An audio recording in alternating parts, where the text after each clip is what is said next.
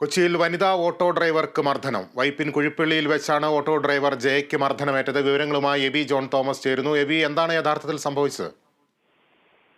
ലിബീഷ്, ഇന്നലെ വൈകുന്നേരത്തോടു കൂടിയാണ് ഈ സംഭവത്തിന്റെ തുടക്കം. വൈകുന്നേരം 6 മണിയോടുകൂടി ഓട്ടോ വിളിച്ചുകൊണ്ട് ഒരാള് കളമശ്ശേരി മെഡിക്കൽ കോളേജിലേക്ക് പോകണമെന്ന് ആവശ്യപ്പെട്ടുകൊണ്ടാണ് ജയയുടെ ഓട്ടോ വിളിക്കുന്നത്. അതിനുശേഷം ജയ അയാളെയുമായി കളമശ്ശേരി മെഡിക്കൽ കോളേജിലേക്ക് എത്തി. അവിടെ ചെന്നതിന് ശേഷം ഈ വണ്ടി വിളിച്ചോണ്ട് പോയ ആൾ ആ വാഹനത്തിൽ നിന്ന് ഇറങ്ങി ആശുപത്രിയിലകത്ത് കയറി. അതിനുശേഷം ഇറങ്ങി വന്നതിന് ശേഷം അയാൾ പറഞ്ഞു പണം ഇവിടെ എത്തിക്കേണ്ടതുണ്ട്, അപ്പോൾ മറ്റൊരു സ്ഥലത്തേക്ക് പോകണമെന്ന് ആവശ്യപ്പെട്ടു. അങ്ങനെ പറവൂർ വഴിയാണ് ഇവർ വരുന്നത്. ഈ വൈപ്പിൻ ഭാഗത്തേക്ക് വരുന്നു. ആ വരുന്ന വഴിയിൽ പറവൂർ അവിടെ ഭാഗത്ത് വെച്ച് വാഹനത്തിൽ 2 പേര് കൂടി കയറുന്നു. അതിന് ശേഷം ഇവർ ബീച്ചിൽ ഇവരുടെ വാഹനം വെച്ച് മറന്നുപോയി. അത് എടുക്കണം, അതിന് അങ്ങോട്ടേക്ക് എത്തിക്കണമെന്ന് ആവശ്യപ്പെട്ടു. അവിടെ വരെ ചെന്നു.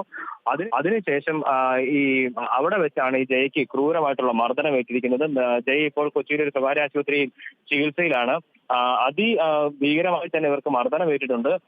വാരിയലിന് പൊട്ടല്, ഒപ്പം തന്നെ നട്ടെല്ലിന് ക്ഷതമേറ്റിട്ടുണ്ട്. തുടർന്ന് ഈ ഹൃദയത്തിന്റെ വാൽവിനുൾപ്പെടെ തകരാറ് സംഭവിച്ചിട്ടുണ്ട് എന്നുള്ളതാണ്. ഇപ്പോൾ അല്പസമയം മുമ്പാണ് ജയയെ സ്കാനിങ്ങിന് ഉൾപ്പെടെ വിധേയമാക്കിയിട്ടുണ്ടായിരുന്നു. അതിന്റെ റിസൾട്ട് ഉൾപ്പെടെ ലഭിച്ചതിന് ശേഷം മാത്രമേ ഇപ്പൊ സംസാരിക്കാനൊന്നും കഴിയാത്ത ഒരു സ്ഥിതിയാണ് ഉള്ളത് എന്നാണ് പറഞ്ഞിരിക്കുന്നത്. എന്തായാലും ഇപ്പോൾ പോലീസിൽ എന്തായാലും പരാതി നൽകിയിട്ടുണ്ട്. പോലീസ് ഇതുമായി ബന്ധപ്പെട്ട് അന്വേഷണം തുടർന്നുകൊണ്ടിരിക്കുകയാണ്. 3 പേരാണ് ഇതുമായി ബന്ധപ്പെട്ട് ഈ കുറ്റാരോപിതരായി നിൽക്കുന്നത്.